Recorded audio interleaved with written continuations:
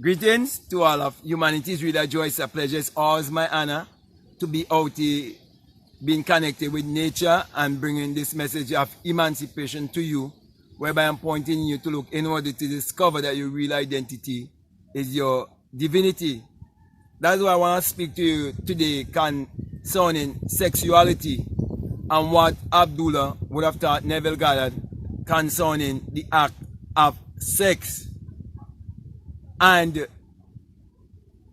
I want to let you know that I would have written a book called The Truth About Marriage, and I would encourage you to check out that book also. Now, as we all know the story concerning Neville Goddard and Abdullah, and how Neville wanted was to travel to Barbados and he had no money and he had no work. And we remember Abdullah saying to him that when he proved that imagination creates reality, that everything would change in his life drastically, and that he would eat, drink, smoke, sex, and all of these other things, he would do them without guilt or without shame. And even Neville said that he tried smoking and he tried drinking and so on, but he rather to drink every now and then than the smoking. So the point I really want to come to is that when you look back to all the writings before the Bible, like the writings of Kemet and the story of Horus and Osiris and so on, you would realize that our ancestors had no such a thing as guilt and shame about sex. And when you realize that the Bible was plagiarized and borrowed from Kemet, then you would realize that the Europeans take the Kemetic stories and twist them around to keep the people in mental slavery.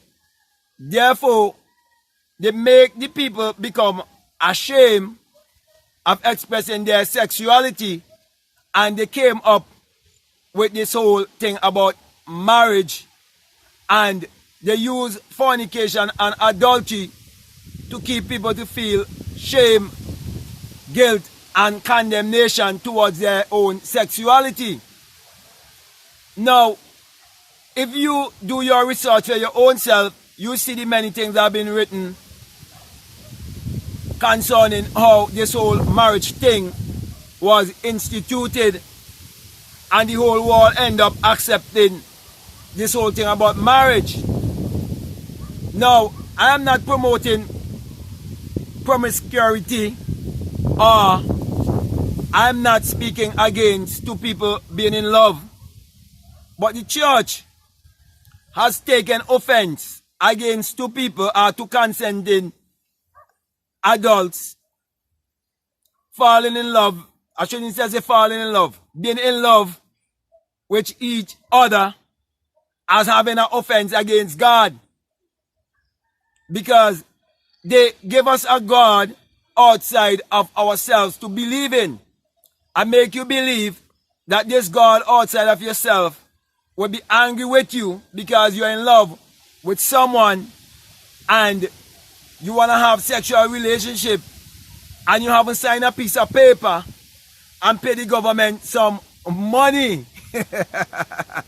So when you chase it all back to the Catholic Church, who was instituted all of these things and remove what was known by the Gnostics before and put it their way to enslave the minds of the masses, you realize they make it something whereby the government is involved.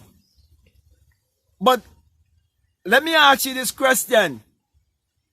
Which woman you know in this world who have ever signed a piece of paper and pay the government some money to see their monthly cycle? And that is when a woman can become pregnant, when she starts in her monthly cycle, because that is sign of her blossoming, which means she's showing sign that she can bring forth fruit.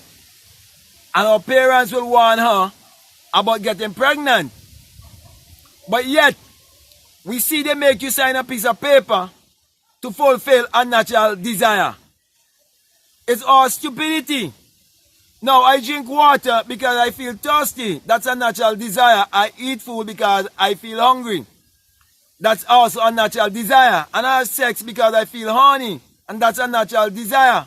But the system has been set up to rob you of your freedom.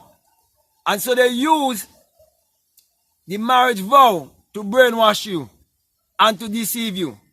But we see Abdullah, who had an understanding of the truth of where the Bible came from, and who also point Neville to look at Kemet by pointing him to look at the Sphinx and the pyramids and all the other monuments that have been left in the earth to celebrate the original people, the people of the sun.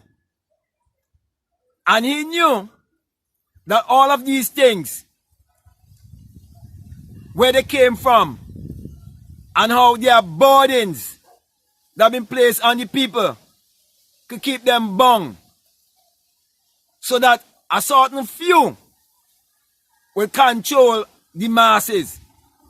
But my brother and my sisters, I want to say to you that sex is your birthright, and that there's nothing wrong with having sex. Once it is two consulting adults, if that's the right word I'm using right there. Two, I'm using the right word there?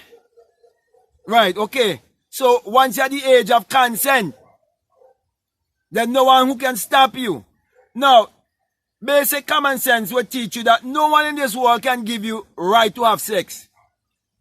How can a marriage officer, by reading from a small book, he have a small book and he reading from the book and he say, repeat after me, and you repeat after the marriage officer, and the marriage officer saying to you, because you would have done this, he has a power inside of him that give you power to now go and have sex without guilt and shame. Man, it's all stupidity.